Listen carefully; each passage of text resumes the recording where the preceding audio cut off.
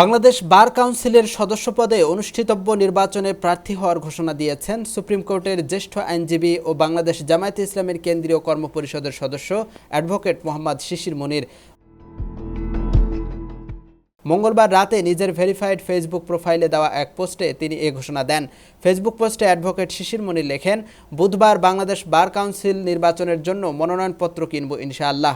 সারা দেশের বিজ্ঞ আইনজীবী বন্ধুদের দোয়া ও সমর্থন কামনা করছি। সারা দেশের আইনজীবীদের নিয়ন্ত্রণকারী প্রতিষ্ঠান বাংলাদেশ বার কাউন্সিলের সদস্য নির্বাচন 2026 এর ভোট গ্রহণ আগামী 19 মে অনুষ্ঠিত হবে। বার কাউন্সিল ভবনে অনুষ্ঠিত এক সভায় সর্বসম্মতিক্রমে এই সিদ্ধান্ত নেওয়া হয় বলে গত 4 এপ্রিল এক প্রেস বিজ্ঞপ্তিতে জানানো হয়। ইউএফটি ফার্স্টের সাথে ট্রেড করুন যে কোনো জায়গা থেকে। ক্যাম্পাসে ক্লাসের ফাঁকে, ঢাকার জ্যামে বসে কিংবা ঘরে বসে ট্রেডিং এখন হাতের মুঠোয়।